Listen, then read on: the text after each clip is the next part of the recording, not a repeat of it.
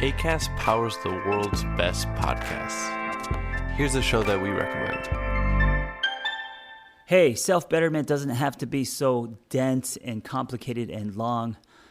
It can be fun and light and something you thread into your life. Hi, my name is John Kim, and I'm a licensed therapist who went through a rebirth many years ago, and today I put self-betterment into a shot glass. That means short 10 to 15 minute lessons and revelations. I come with you instead of at you, humanizing myself. So come check out the Angry Therapist podcast 3 times a week and be a better version of you. Acast helps creators launch, grow, and monetize their podcasts everywhere. Acast.com. The 80s Rewind Show podcast. It's time to bring you yet another amazing episode. And now, welcome your host, Rob, the face for Radio Burgess. Enjoy the show. Hello, and welcome to the 80s Rewind Show podcast with me, Rob, the face for Radio Burgess. Welcome along to today's show, and thank you for joining me. And don't forget to go on to whichever streaming site you have and check out all the other episodes. Now, if you want to reach me, you can reach me at The 80s Rewind Show at gmail.com. Now, that jingle cost me $10, so I'm going to use it again. The 80s Rewind Show at gmail.com. So don't forget, you can reach me at that email address if you want to say hello or talk some 80s. Or maybe you're a pop star and you want me to interview you. You never know, crazy things have happened. You can get me at that email address. So on to today's episode.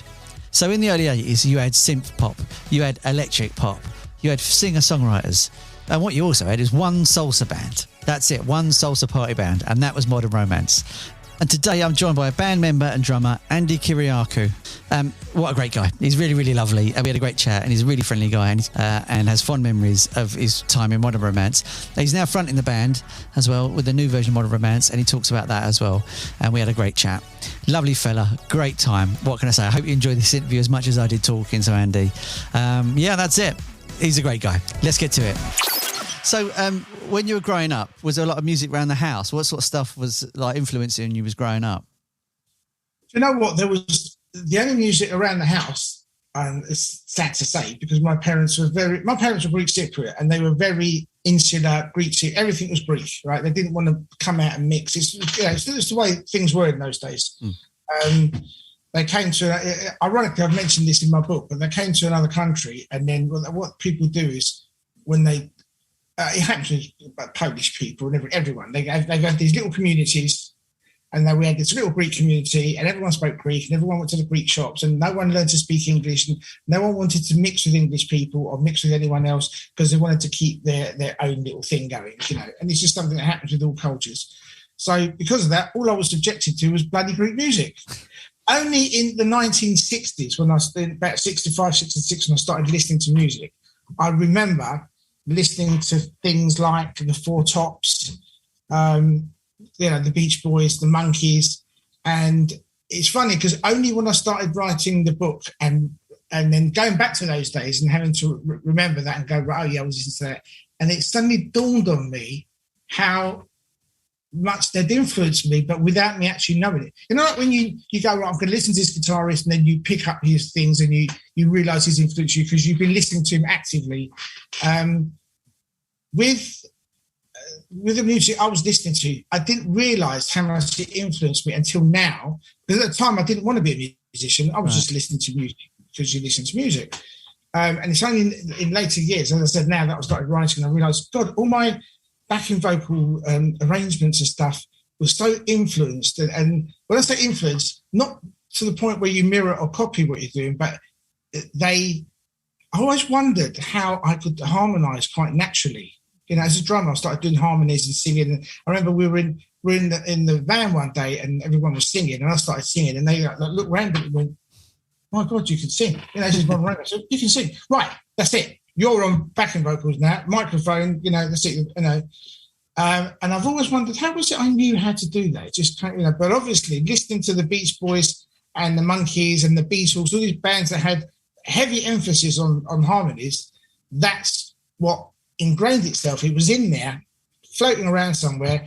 And at the point where I did decide, yes, I want to play music, and I developed into a writer afterwards, that all came to the fore. But it never really hit home until I started writing the book and I had to refer back to that time. And then I thought, oh my God, yes, that's where it came from. Yeah. Really weird. Amazing. And so where did the learning the drums come in? What was the fire to think drums is the one for me? I'd like to say that I was influenced by so-and-so into becoming a drummer. Complete nonsense. I had no interest whatsoever in any instrument. I was an avid music fan, listening to, at the time I discovered Pink Floyd, I discovered Santana and Genesis, and I was a big soul fan from the Motown thing anyway. Huge Bowie fan. I had all these influences coming in, all this stuff. No interest in playing anything. But a friend of mine at school had bought a drum kit and just casually mentioned it one day. Oh, my mum and dad bought me this drum kit. And I thought, okay. And I used to go to his house virtually every day after school, spend a couple of hours and then come home. So I went round to his house that day, as we spoke about the kit, that evening, afternoon after school, went round, and he had this drum kit there, and he said, oh yeah, come and see the drum kit. And I looked at it and I went, nothing, absolutely nothing. He said, oh, do you want to have a go?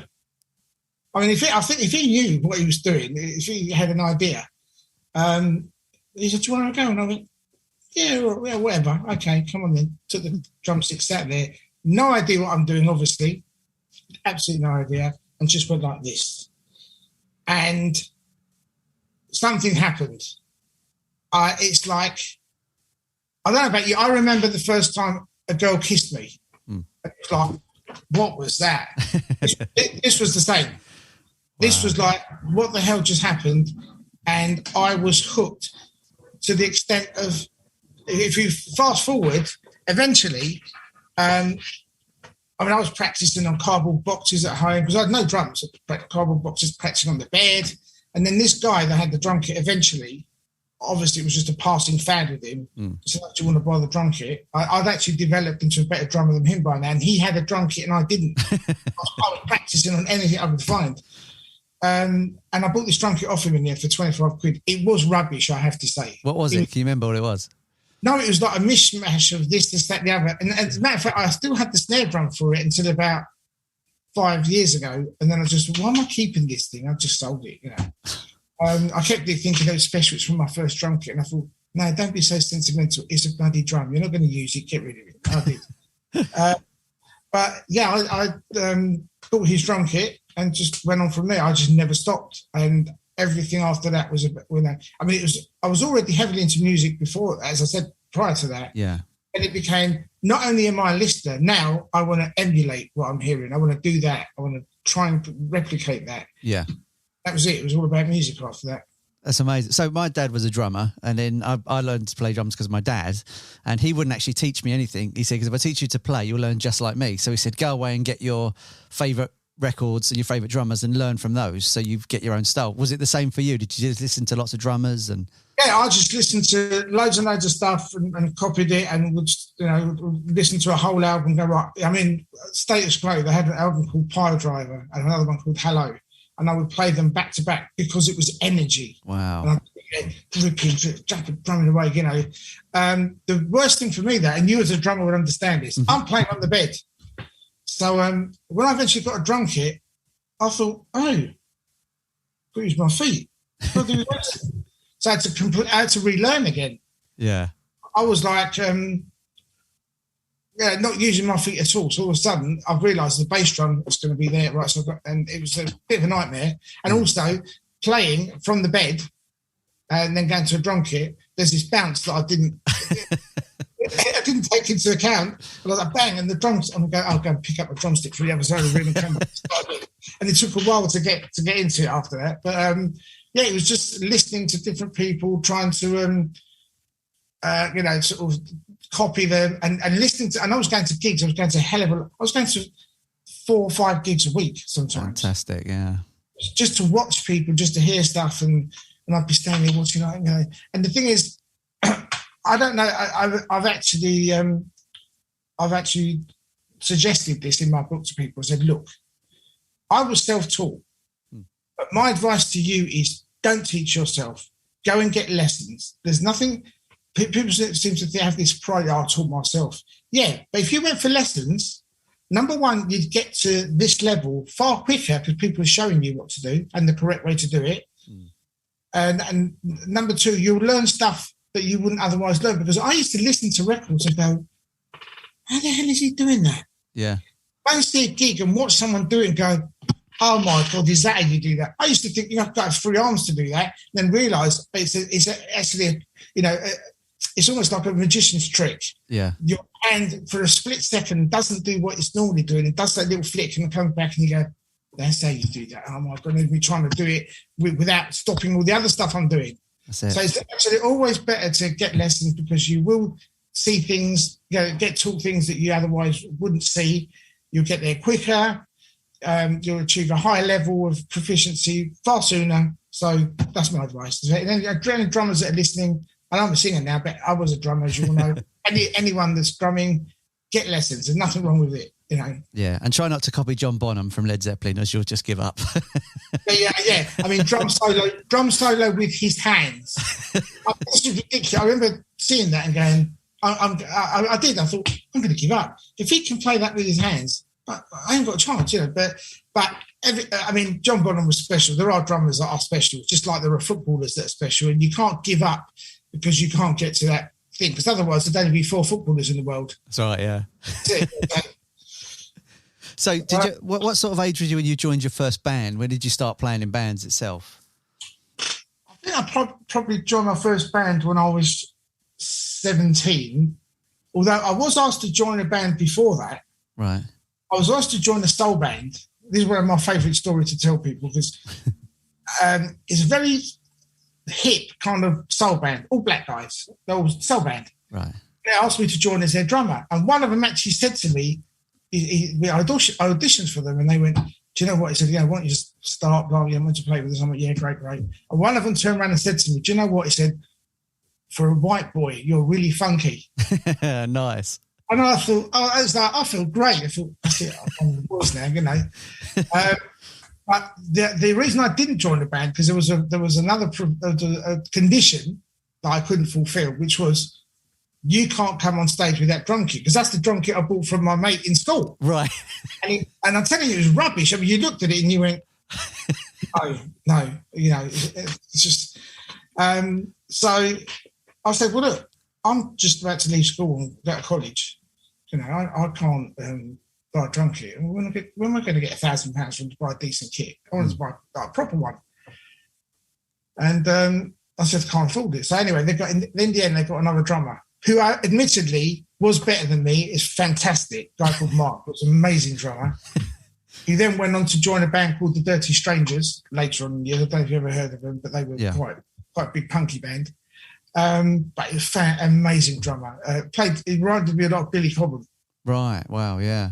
Just outrageous what he was playing. But I stayed friends with them. That's how I became friends with Mark. They got this new drummer. I became friends with him. We used to go to his gigs, used to go to their gigs. And then the band split up. Right. And this band, they were called Headquarters. They split up and they became two other bands, two factions. One of them was Lynx. Remember Lynx? Yeah, I remember Lynx, yeah. You're lying? No, I've heard of them. David Grant. Yeah. David Grant band, yeah. And the other one became a band called Central Line. Right. You had hits as well in the 80s. Yeah. So both these bands were on top of the pops, and I'm sitting there going, could have been with him. Because if I was the drummer of the band, if I was joined, I would have gone to either one of these places. Right, yeah. But then, ironically, less than a year later, I'm on top of the pops with Modern Romance. So it's like, how bizarre is that? How strange that things work out this way. It's fortuitous, yeah. It was going to happen either way, wasn't it? Yeah, it was meant to happen, obviously. Yeah. So the band originally was Leighton Buzzards, wasn't it? Was that right? With the two guys? Yeah, nothing to do with me, though. Yeah, I'm proud to say that it's nothing to do with me. Oh, okay. Because it was Jeff Dean and David James, wasn't it? They were in Leighton Buzzards. But that was kind of a parody punk band. So it already had a sort of party vibe, didn't it? They were sort of not, you know what I mean? No. No, I'm saying that. I'm saying yes, I agree with you. Oh, sorry. So I thought you said no. And then obviously they formed Modern Romance, and then they sort of had that sort of party attitude carrying on, but with a different style. I think they tried synthesizers for a while, didn't they? And it wasn't working. Yes, very pleased to say that before I joined them, they released 2 singles. Yeah. And which flopped. I didn't even know they had a record doing it, to be honest, when I joined them. I had no idea. I just joined this unknown band, and said, yeah, join you. Yeah. And one of the songs, which was called Modern Romance, so it was Modern Romance by Modern Romance. It's a terrible idea. Probably the worst song I have ever heard, ever. Honestly. Wow. You can Shut Up Your Face and the Birdie song. I'll tell you what, I'd rather listen to them than this. It was the worst record in the history of recordings, as far as I'm concerned. Right. The other record, a song called Tonight, was actually a really good electro song. And we used to play it live, always. Oh, did you? Always, yeah. And it was one of my favourite songs to play. Right. It was a great vibe, great song. We just never made it. And then when I joined, Everybody Salsa was released. Yeah. So did you play on Everybody Salsa? No, in actual fact, Everybody Salsa was recorded just before I joined. Right. But I did obviously it was recorded, but as soon as it was released, I was doing the promotional work, I was doing the gigs, I was doing everything. You know? Yeah. It's the only Modern Romance song I never played on that has got drums on it, that's got real drums. Oh, I see. There are a couple in later years that, not the hits, but a couple of, and again, we went back to electro a little bit because somebody discovered the Lindrum. Oh, yeah, Lindrum's fantastic. Yeah. The Lindrum was discovered, and they said, let's use Lindrum. And I thought, no, because we're losing our sound here. This is not us. It can be ABC and these people. Yeah. Can't be us. We've got proper brass and proper percussion. And anyway, but other than those songs, I've played on everything. So Lucy, Best Years, High Life, Cherry Pink, everything. All of them. I played drums on all of them. Yeah. For people, Salsa was the only one because it was recorded just before I joined. So for people that don't know, the Lindrum was a drum machine. Prince loved it. Prince used it to pieces, didn't he? And it had its own sound, didn't it? It was almost like a drum kit, but it created its own sound. It's an amazing piece of kit. It was good. It was good, but I must admit, I hated it at the time because I don't think we used it the way it could have been used. I mean, it was in its infancy when we started using it. We were one of the first to use it. Everyone started using it. We think we use it as well, but it's not like now when you program drums now and you sit there and you struggle to say, is this a real drummer or is this a person that's programmed it or a drummer that programmed it? Yeah. At the time, I still found it a bit kind of mechanical, even though it had these lovely sounds and stuff. It wasn't as smooth as they are these days. Yeah. But also, as I said, for me, it was like we're going away from, what we do. And the proof of the pudding, as I say, is in the eating. We didn't have a hit with all those tracks. We tried one when Jeff Dean was around still, actually, and it flopped abysmally. Right. And then we went back to drums after he left, and it was like, off we go. Back. Yeah. I mean, ironically, the Lindrum's probably about 20 grand to buy one now, isn't it? If you try to... all those things, the Moog synthesizer. Someone the other day found what was the keyboard they found in their loft? A Prophet, not a Prophet 5, that's what I had. Some keyboard, like a Prophet 5 or something. And again, they're ridiculous money to buy now. And we were giving them away to buy the new Casio, whatever, what we were doing, seriously. Just to have 5 of them in the loft, eh? I mean, it's the same with everything. It's like we were giving away our toys as little kids, and now to get a little dinky car Batman in a box. It's like mega money. And we were going, no, we don't need these. We're too old for toys now, giving them away, throwing them away. Who knew? Yeah, my generation of Star Wars figures, we used to melt those for fun. Well, I don't know if I saw a program there. I've never watched it. It's called Scouting for Toys. Oh, I've seen that, yeah. It's all right. I've never seen it, but I just saw a trailer for it, and they were sold for £3,000. And I was, what the hell are they selling for £3,000? Some toy, Yeah. Actually, I'll ask you about a toy because I've written about this in the book, and now we mentioned toys. Mm-hmm. How old are you, if you don't mind me asking? I'm 46. 46. Oh, you won't remember this then. No, there was a toy when I was a kid called a Johnny 7. Right. What was it? It was a gun. It was like an assault rifle. Mm-hmm. It had 7 functions. So it fired grenades, it fired little missiles, it squirted water, it did all stuff. And I just wondered if you knew about it. But I looked online to see if you could get one, just out of curiosity. Not that I want one. Yeah. But I thought, wonder if you could get one. 700 something quid. It's crazy, isn't it? Yeah. I remember there was a Star Wars figure that came out with Weetabix, and my mate had 5 or 6 of them. And when we were bored, we used to melt them together for no reason other than we could. And I think they're changing hands for 178 quid or something now. And he had like 5, and we melted them into a big plastic lump. Oh, that's like almost a grand's worth in one lump. Yeah, it was. Yeah. Just hand the lump in. There you go. Trust me, they're in there. Yeah. So when it came down to like recorded, was there a main songwriter in the band, or were you all sort of just collaborating songs and bringing them in? And well, initially in the Jeff Dean era, it was the songs were written by Jeff Dean and David James. Right. Okay. Then when Jeff left, they were written by David James and anyone else who was around in the band. Predominantly Michael Mullins, who replaced Jeff. We replaced a not great singer with a fantastic singer, as far as I was concerned. He brought so much to the table, both in terms of songwriting, singing, arrangements. He was the full, the real deal, as they say. So yeah, Mick was fantastic, and he also had a very soulful side to him. You could hear by his singing and his influences. I mean, we used to chat about, as soon as I found that Earth, Wind & Fire was one of his great favourite bands, that was it. We were connected. That was it. We were off. Marvin Gaye, Luther Vandross, like, yeah, right. Yeah. So chatting away. And yeah, he did a lot of songwriting, but in later years, I contributed towards it as well. I was actually writing at home and not saying anything to anyone. And then what happened was we were in the studio doing an album, and everyone had been influenced by Beat It. No, not Beat It. Sorry, Billie Jean. Billie Jean at the time. That dun dun dun dun dun dun dun. Right. And it's like, yeah, it was number one, and everyone's going mad. We want to write something like that with that driving kind of drum and bass thing, you know. And that's where Lindrum came in. I was sitting there going, oh, no. Anyway, but Lindrum took the lead for that one. But then after 3 days, all they had was drum and bass. Literally drums and bass. No chords, no chord sequences, no, not even a key for the song. Yeah. It was just drum and bass, nothing. And after 3 days, I said, look, we've got nothing for this. What can we do? You know, that's all we got, you know. It's kind of like everyone had dried up. They were devoid of ideas and everything. And I said, well, look, I'll have a go. And they kind of looked at me and went, I could hear the wheels turning. I think, well, he surprised us in the past with his singing. Okay, let's see what happens now. So I said, yeah, I'll have a go. Let's see what happens, you know.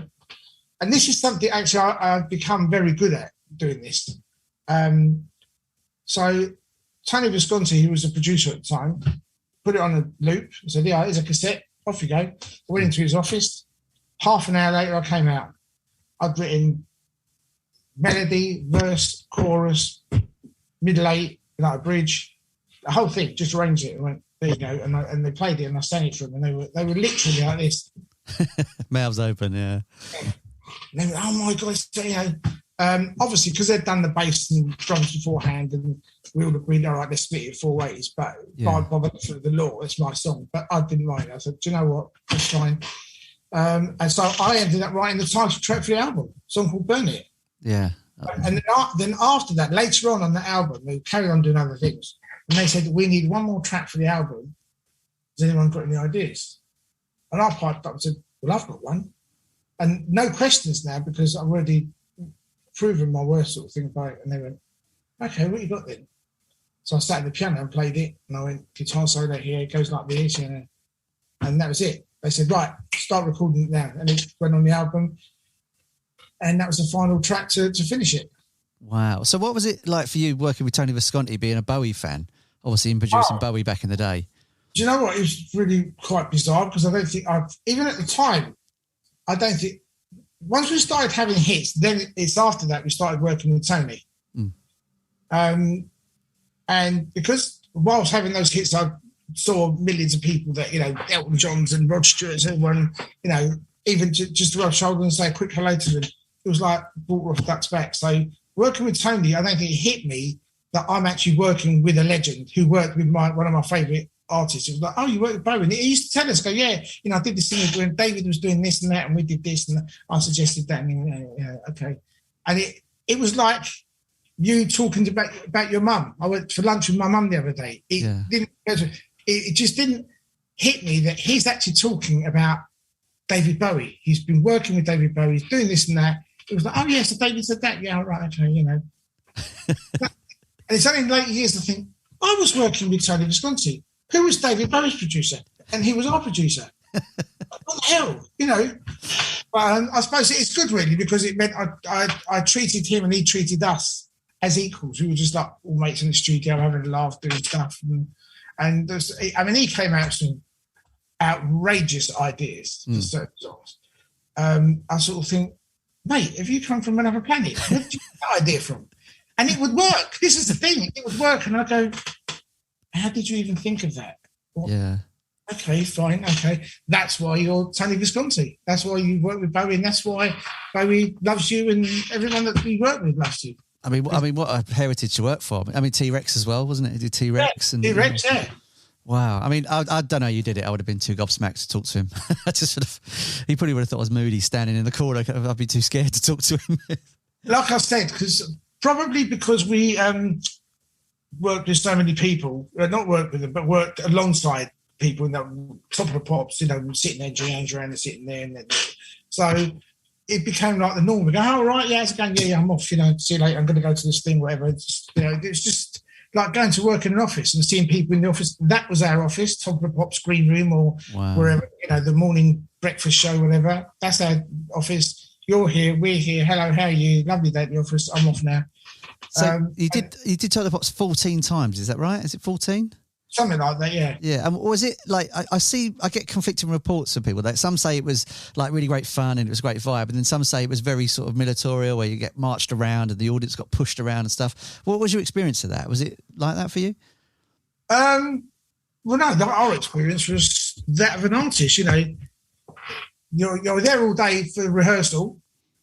You're in the dressing room, walking around doing stuff. Like you do a little rehearsal, they go, right, we'll call you back in a while. And it could be an hour and a half before they get back to you because they're doing other bands. And they go, right, let's get you back in there, whatever.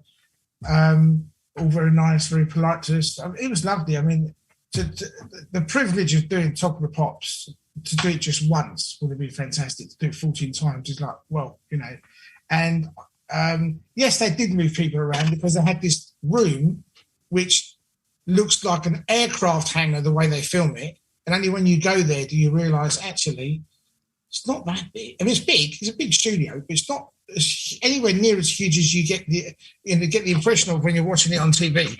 Because what they do is they have a stage here, and you're looking at that stage, and then when they finish, they've got another stage here, and people just turn. So the people that are at the front here, now these people on this side are at the front of the stage.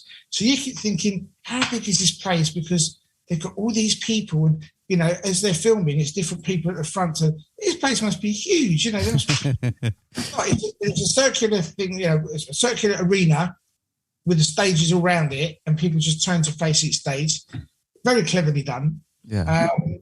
And yeah, I mean, they might shuffle people along a little bit or say out of the way because the cameras are moving through. But that's because sometimes I only get one opportunity to do a shot, especially if it's a live Top of the Pops. Yeah. They need you to get out of the way because we want that shot of the drummer doing that little bit when it goes block before they go to the next bit. They only get one go at that, Yeah. I know Top of the Pops is great. I mean, I haven't got the only bad thing I can say about Top of the Pops is it ended. Yeah, I agree. Only thing I can say about it. Why? It was the only show that had like an eclectic feel to it musically. Now you watch a show.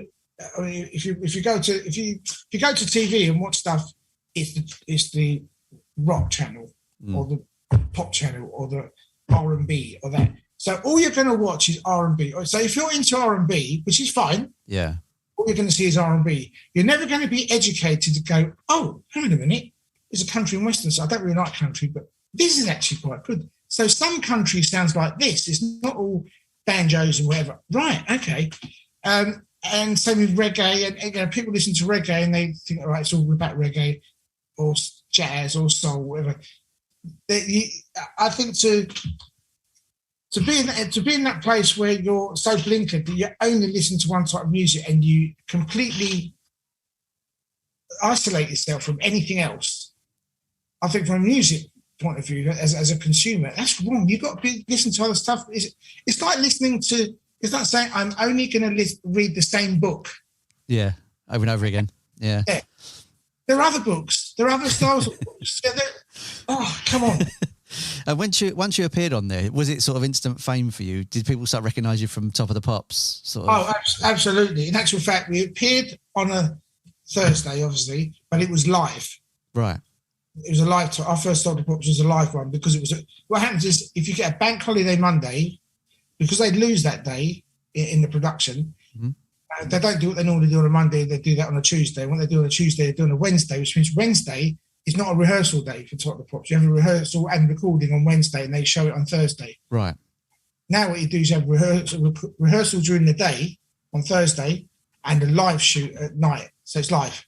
Right. Anything wrong, that's it. It's there forever. And ours was a live one. And do you know what? I mean, I've said this before when I've spoken in interviews, when I've spoken to friends. Although I was excited to do it, don't get me wrong, I was excited. It's like I sat there and thinking, oh my God, looking around going, this is Top of the Pops. Yeah, bloody hell, great. But once I'd done it, it was like, well, I've done it now. Put that to the side. I'm going out with my mates, going out clubbing, whatever I'm doing, whatever.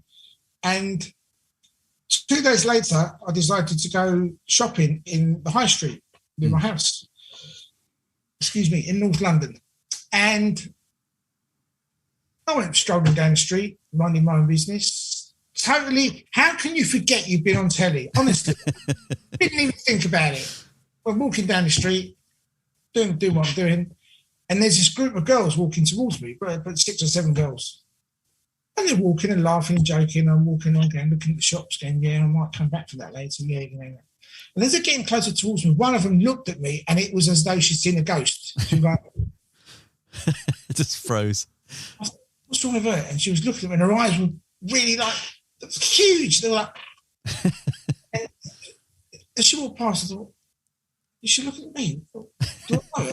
Do I know her? No. Anyway, she walked past, and then I heard her screaming to her friends, oh my God, it's him. He was on the telly the other night. He's from that band. And I have never felt so self-conscious in all my life. All of a sudden, it's probably the closest I don't get embarrassed very often. And I thought, oh dear, right. And I remember thinking, Andy, gently, one foot in front of the other. This is not the time to trip over and look stupid. Because I've been recognised, I think, well, just try and look cool, try and look cool. Don't fall over, and then just walk, But I could feel their eyes burning into me. They go, oh, is that, you sure? Yeah, that was in this thing, yeah. And I thought, right.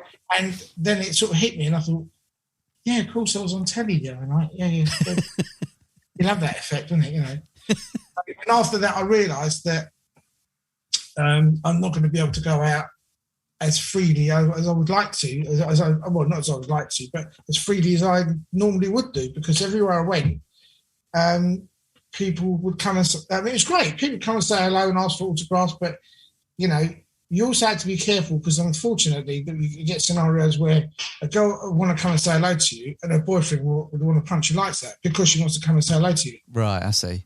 We had a few of those a few times where, a guy would look at me and I think, why are you looking at me? And I realised his girlfriend's looking at me and I thought, right, okay. Yeah.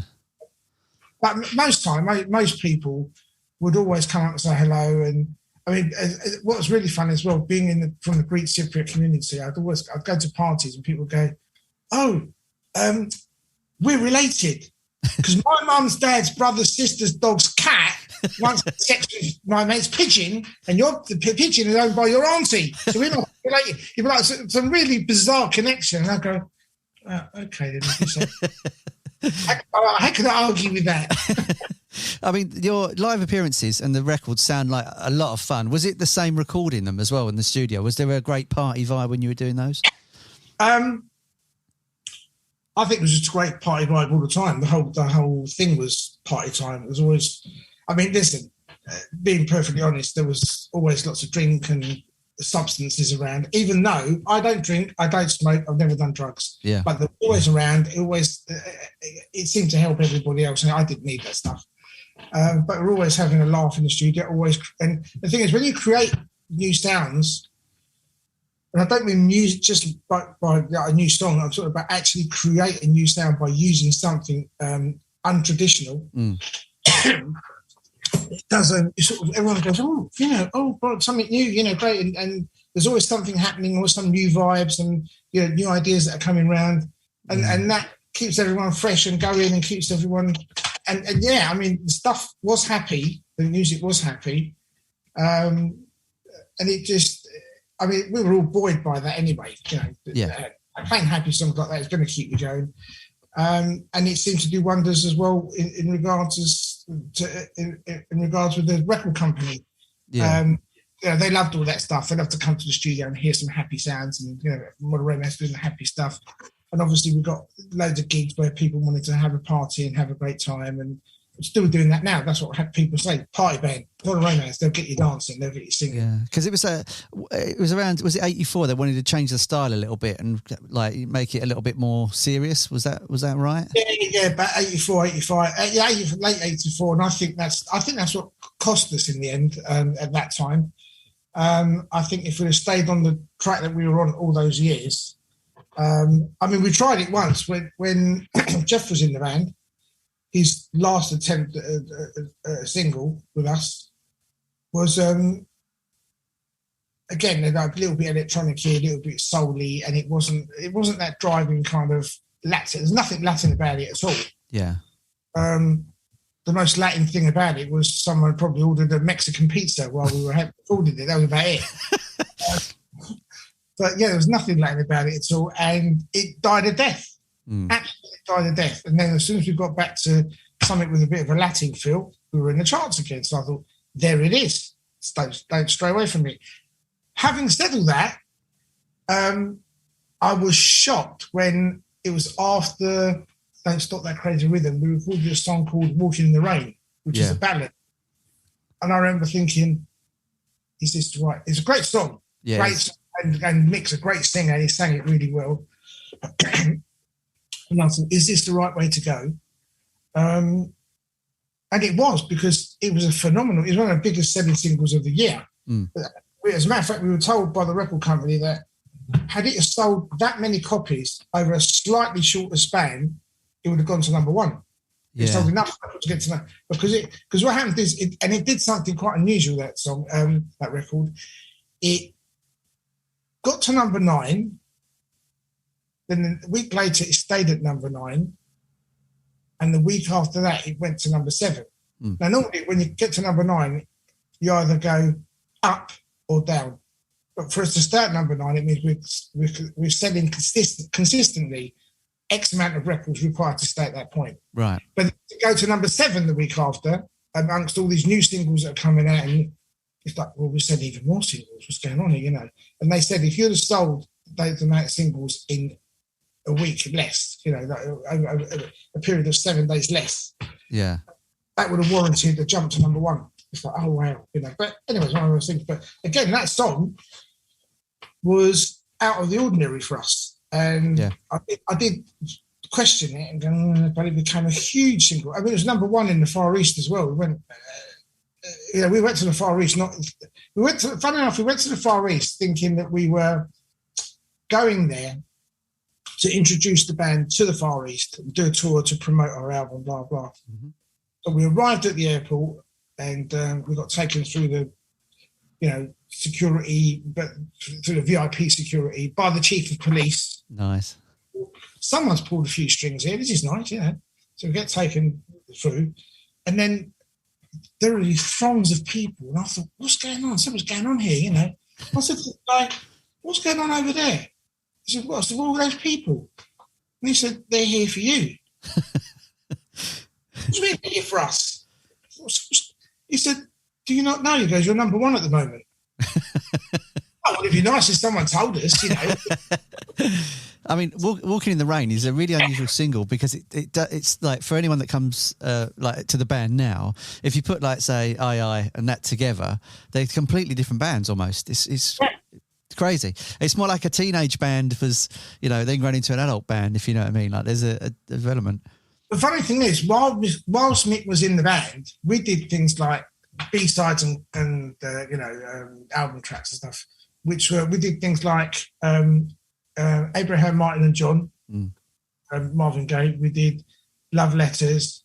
We did Just My Imagination, stuff that we could never have done while Jeff was in the band. And we did all these things, and I think that's what prompted them to think, or prompted Mick to think, why don't you make this our next single? And Dave went, yeah, right, and we did it. Yeah, great decision, but I think we maybe overstayed our welcome where that kind of music. We should have gone back then to doing something that we're known for, and then gone again, because our next singles were a bit more, again, soulful. Yeah. Would you want to turn into a soul band eventually? Was that the way it was going to hopefully go for you? Or? Well, not for me. I mean, listen, I love soul, but I know that this band were meant to do the Latin stuff. And the thing is, there was nobody else in the charts doing this stuff. That's true, yeah. There isn't anybody, yeah. We were the only band. We had solo artists, but we're the only band that have had hits with Latin American stuff, like mega global hits like this. You've had Ricky Martin, you've had Gloria Estefan, but as a band, just a band, there's more romance. They've had hits. People have tried it, but we're the only ones who actually managed it for some reason. Yeah. Did you play the percussion parts as well over the top? Would you? No. No. Percussion was a guy called Louis Jardin, who, if you look him up, right? Mm-hmm. If you go and Google Louis Jardin and have a look at what he's played on, you will sit there and go, is there? He probably in the 80s he probably played on 75-80% of the singles that were released. Wow! Everybody, he'd leave us and go, right, I've got a studio session there with Trevor Horn. He'd go from Trevor Horn, he'd go to him, he'd go to it was like all over the place. He played on everything. Yeah. And pardon the pun, but he was instrumental in what was going on percussively with all these bands. They just wanted that percussive thing, and he had it. He had it all going. He could play timbales, congas, all the other little bits that go with him. His timing was impeccable, amazing. Funny enough, we used to share, when we used to go on tour, we shared a room because we were just like two peas in a pod. Percussion sticks together, yeah. Yeah. We used to have a competition after the gigs, and I'm sorry if I gross anybody out with this, but we'd have a competition and see who could wring the most sweat out of their T-shirt at the end of it. Go on, because we were drenched by the end of it. Go on, you try it. And in fact, I introduced him to the girl he ended up marrying. Oh, no way, cool. Yeah, she was a friend of mine, and I took her to the studio with me one day, and he's Brazilian, so he speaks Portuguese, and he goes, Andy, he goes, I really love your girlfriend, she's very nice. And I went, well, she's not my girlfriend, mate, she's a friend, Anyway, we finished the session, and at the end of it, he went, oh, Andy, he said, yeah, your girlfriend, she's so nice, mate, very nice. Right, okay, so I went over to said, Maria, come with me. She went, what? Just come with me. So just came with me. He's loading up his car. So, Maria, this is Lewis. This is Maria. Maria, this is Lewis. He really likes you. Get on with it. And I walked off and left them. That was it.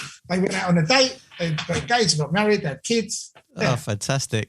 And I'm still in touch with her even to this day. Oh, magic! That's magic, isn't it? That's great. So, when the band broke up, was it an amicable breakup, or was it kind of just arguing, or was it kind of you knew you'd done your bit and it was kind of wind down? Or it was just like a petering out kind of thing.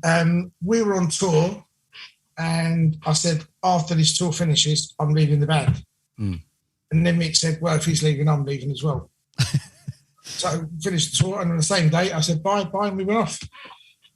A lot of reasons, but a lot of it for me was financial. It's like you can't be in a hit band and having all these hits and not making any money. And it was the way it was structured at the time and the way the management structured it, and nothing to do with the record company. It was all to do with management. Not people, record companies rip you off. No, the royalties came in. They just never came to us. We just never saw anything from record sales. That was the way it was. I get you. And I just got fed up with people assuming that I've got a Ferrari and a big house, but I'm actually still living at home with my mum and dad.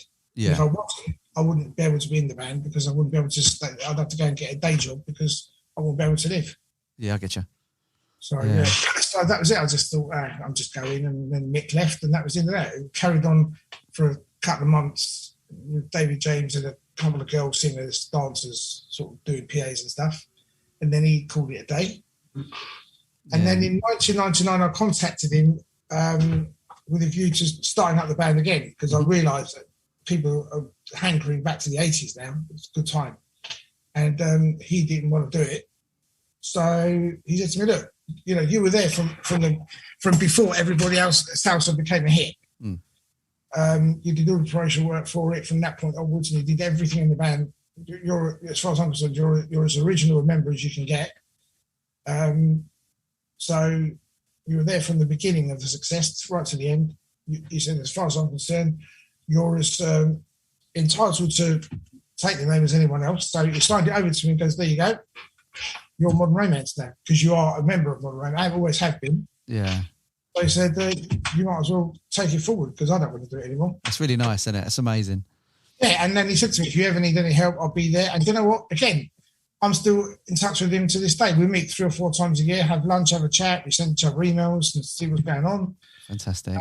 Yeah, and it was a great gesture from him. And he said, if you ever need any help, and he has a couple of times helped me out when I've needed stuff, and said, yeah, I can do that for you. Great, you know. That's wonderful. Lovely. What was it like coming out from behind the drums to being a singer? Was that an easy transition for you? Was it difficult or? Frightening. Absolutely terrifying. It wasn't so bad when I was rehearsing for it, and because what happened was, obviously I'm getting this band together now, so I looked at all the musicians I knew, and I said, well, you're great, I love you, you can play drums, you can do that, and I've got a few people that I knew, so right, I am Modern Romance, you're going to be my band, that's it. And we rehearsed, it was fine, and I didn't realise how frightening it would be, and I was reluctant to do it. To be honest, my original idea was to play percussion, sing a couple of songs with the percussion really in front of me, sing a couple of songs like Everybody's Salsa, Best Years, whatever, and have another singer to do the bulk of the songs, but just do a couple. And play percussion, you can be at the front as well, and be a little bit of a focal point as an original member, which is why I couldn't play drums. You can't be the only original member and be at the back. It's like, no, you've got to be. Everyone was saying, my friends that are musicians were saying, you've got to be at the front. Yeah. You have to be. People have to see you. Okay, fine. So I thought I'd do the percussion bit. We held auditions for singers, and don't get wrong, there were some great singers that came in. There was a guy that came in sounded like flipping, and I do a Richard Marx covers myself, but he came in, he sounded like Richard Marx. He was like, bloody hell, this guy's great, Had another guy, all these different guys came in, great. They all sang these songs. They bring a composition of their own, not their own, but a song they chose to sing, and that would be great. And then we'd say, right, now you have to sing a romance song, It's, okay. And we'd play it and go, okay, you can sing it. And they all struggled. And I couldn't realise, I couldn't understand why they were struggling. I really couldn't. I was like, and because we gave them all the same song, it was Best Years. Yeah. So therefore, if it's the same song, you can compare everyone the same, So we give everyone the same song, and then we hear the different versions. Everyone was struggling. Everyone. I couldn't understand why is it so difficult? Why?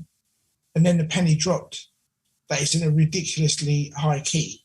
Not ridiculously high key, but it's in a higher key than your average singer would want to sing in. And all these guys that are singing Richard Marx and stuff, on Phil Collins stuff, is what they're used to. All of a sudden, they're going like, no. All of a sudden, it's, I see the person, and it's all up there. So that's right, yeah. And then someone said to me, there's only one thing for it, mate. You're going to have to be the singer. And I went, no. Don't be silly.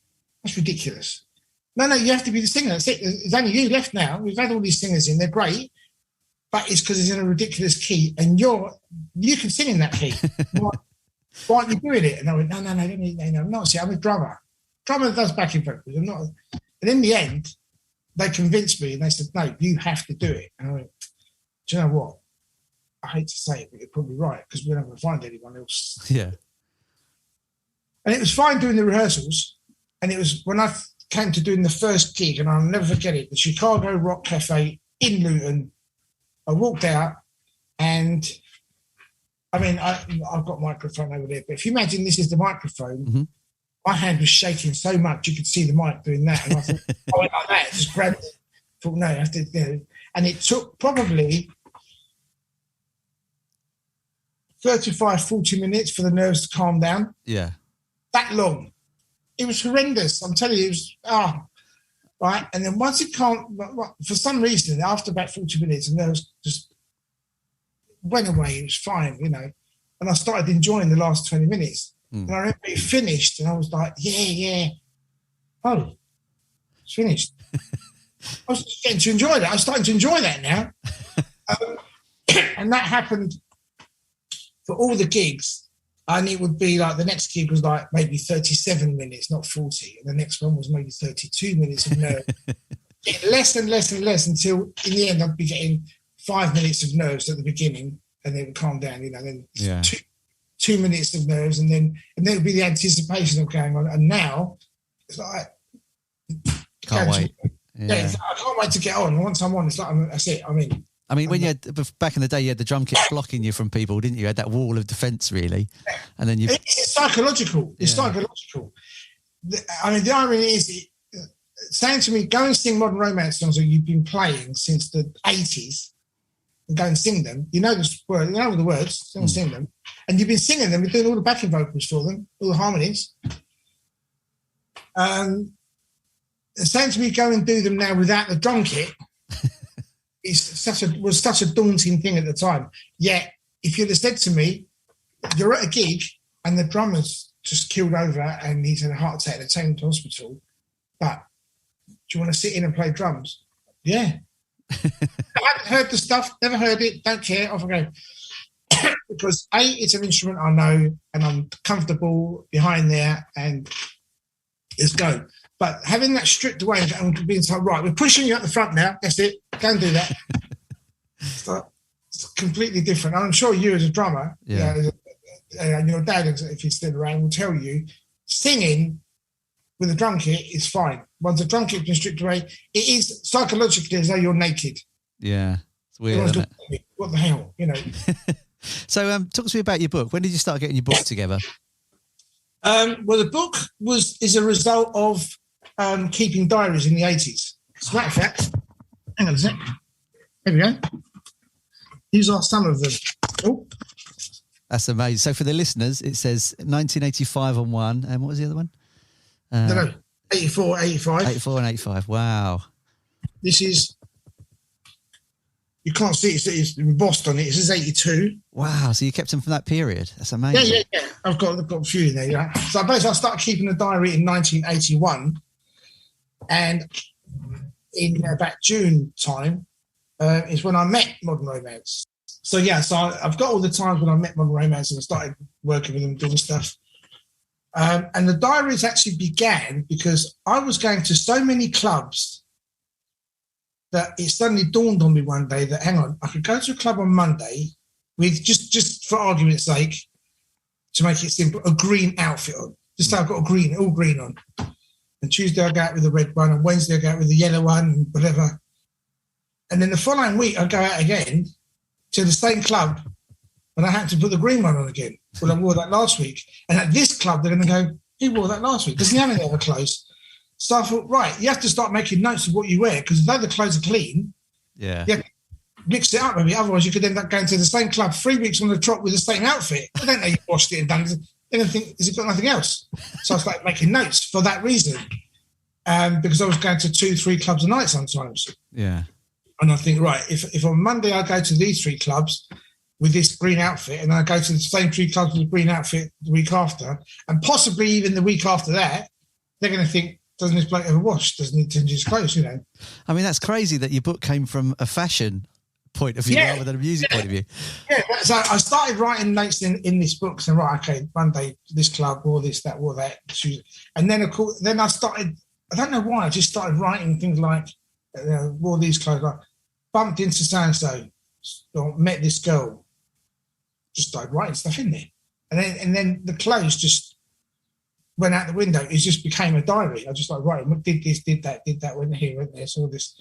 And then, of course, everything I did in Modern Romance is in there because we're doing Top of the Pops, we're flying here, we're flying there, there's so many funny stories and so many. I'd have to think of one in it to give you before we go away. A story, but there's so many. So the diary was born, and then I thought, years later, I thought one day I'm gonna have to transcribe those diaries. I started transcribing them, and that's somebody actually offered me a book deal. Awesome.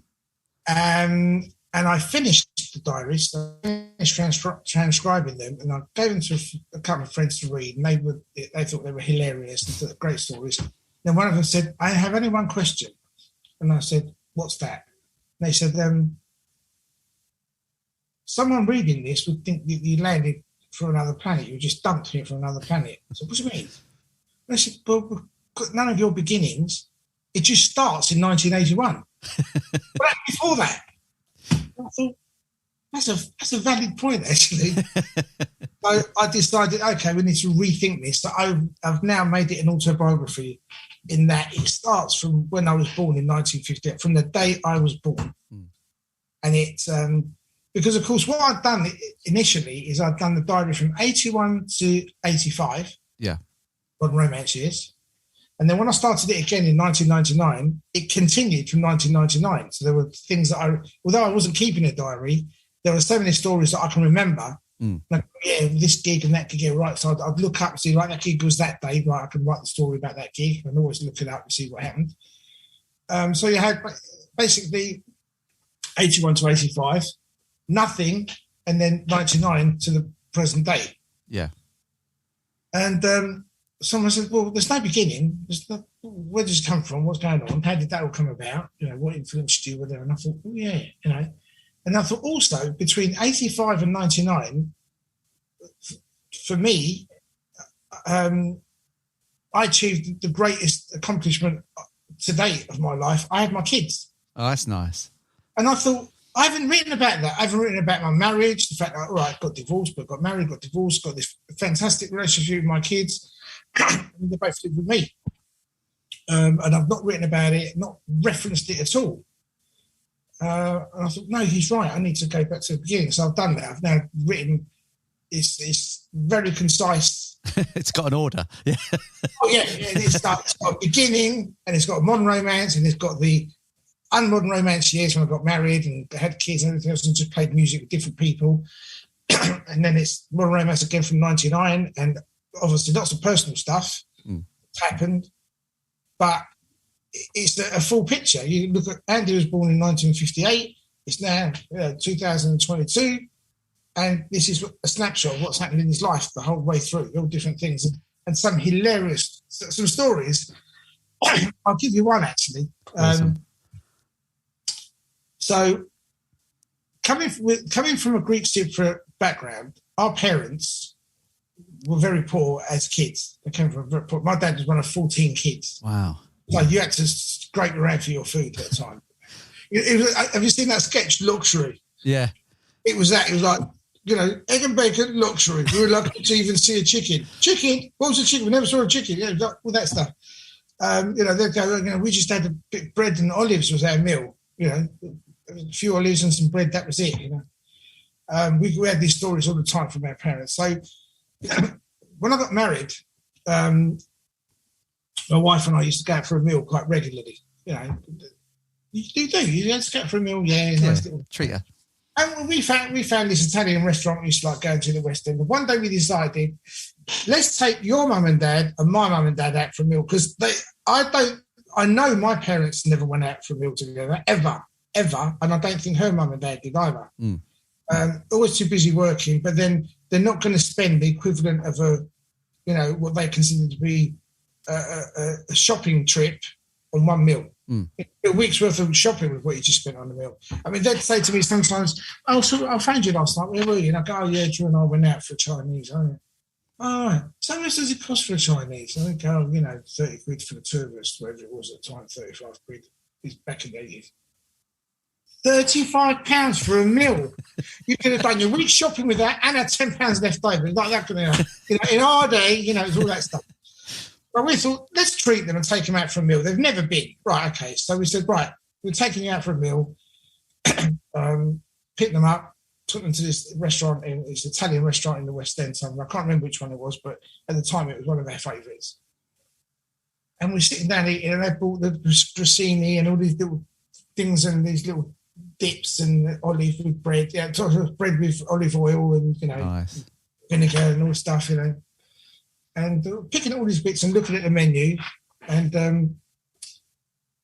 nice ambience, nice, it's not too bright, it's lovely in there, we're sitting there, treat the parents, And I said to Dad, look, I've got some nice food. He goes, yeah, he goes, the menu looks really good. I said, do you like all these little bits? He goes, yeah, it's really good. Yeah, I like these little bits. He said, but the cheese is a bit funny. Right. And I said, cheese? Because, the cheese doesn't... I look round and there's no cheese. And he's eating the last bit of this cheese. And I went, Dad, that's not cheese, that's butter. They bring the little squares of butter. He's sitting there and go, well, squares, it's got to be cheese. He's going... And I thought that just about sums up for me the fact that you lot have never been out anywhere in your life. Can't take you anywhere. Oh, bless them. Yeah. That's amazing. So where can you get hold of your book if people want to read it? Well, at the moment, it was not out yet. It's not out? Okay. No, I'm not finished it yet because in actual fact, even last week, I remember the story, something that happened to me in Cyprus, and I went, oh my God, how could I forget that? I've told it to so many people, but not for a while. And then I was talking to somebody about something and I went, oh, quick, give me my phone. And I put a note in for this story. There's stuff that keeps coming up and I keep adding to it. But I've now got a list of probably 10 things that I need to add in there. Fantastic. 10 things I need to insert. So I reckon if I was to have a very good 2 days where I would be uninterrupted and sit at home and actually go, right, I'm going for it today. I'm going to put these in there and just be knocking them off one by one as I write them in. Yeah. Because obviously I've got a lead line and I've got to go back to that time and go, right, and then do the whole production and build up. You can't just go, I went here and this happened. You've got to do the whole thing. But I reckon if I had 2 days, maximum 2 days, 2 8-hour days, I'd finish it. Fantastic. I've got a couple of people that are interested in it. I've got a meeting that I'm due to have with a publisher actually in a couple of weeks. Fantastic.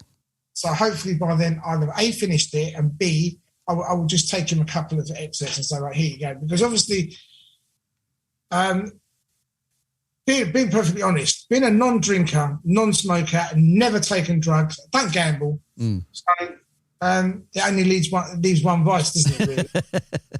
And I've not been shy about it in that in the book it says, met so-and-so. So I've changed all the names. Yeah, you've been kind. Changed to protect the innocent or not so innocent. And I've written some of these stories are hilarious, just things that happen, with people and girls and fans and some of the really sort of wacky things that have happened. But I've mentioned it all in there because I think it is part and parcel of what went on in the 80s, what went on with me in the 80s, specifically, obviously, because it's my book. I can't deny that happened or water it down. I don't think it should be watered down at all because by watering it down, you make it not so funny. Yeah. Not that it's funny, but the situations around it sometimes are funny. And you have to, do the whole thing and go, right, this is what happened, this is what I met this person, and the result was this. And you go, that's when it's funny. And you go, right. So you've got to do that. And I sent it to a friend of mine and sent a bit. So I'm sending different bits to different people saying, how does it read? Do I come across okay? Yeah. I want to come across as me. And they said, when you read it, it's as though you're narrating. They said it's as though you're speaking, which is exactly what I wanted it to be. And they said, I feel as though I'm there because it's so descriptive sometimes. I feel as though I'm there. And I'm good. That's what I want. It sounds like you need to do the audio book as well then, doesn't it? No. Someone said to me, you need to do the audio book, but you've got to do it. That's right. That's right. But the other thing as well, they're saying, one of them says to me, it's really great. It's really well written. I like the way you write, because I've done a bit of journalism as well. So though I talk like a cockney, I don't write like one. So I've written it. And they said, yeah, it's really well written, blah, blah. It comes across really well. But there's a lot of sex in it, isn't there? And I went, well, hang on, figure it out. I don't drink, don't smoke, don't do drugs. What else is left? What did I do? Sit in my room all day and twiddle my thumbs? No, I went out to the company. And it was very difficult as well. When you're in a band where they're all drinkers, and they weren't taking drugs, let's be honest. Don't make any bones about it. I've said in the book, we're having cocaine delivered to the top of the pops. Right. It's ridiculous. But when you're in a band where all that is going on and you're the only one that doesn't do that, then you're going to look quite naturally for something else to do. They're all standing up by the bar, getting sloshed. And I'm sitting there thinking, well, I'm not part of this. But I was into music, dancing, so I'd go out on the dance floor and dance. And invariably, girls would go, oh, there's that guy from Modern Romance. Come up with a little dance, get chatting, and that's it. Yeah. Things would happen from there. Fine. And it's all in the book, and it's all, I did have people saying, you do realise these women are using you. And I say, excuse me, who's using who? Using each other. Yeah, that's fine. There's a mutual agreement. That's fine. Yeah. It's all in the book, and it's all, there are, as I said, some quite funny things that are happening, based around that. And then you've got, obviously, the people that we met, I've been to different people.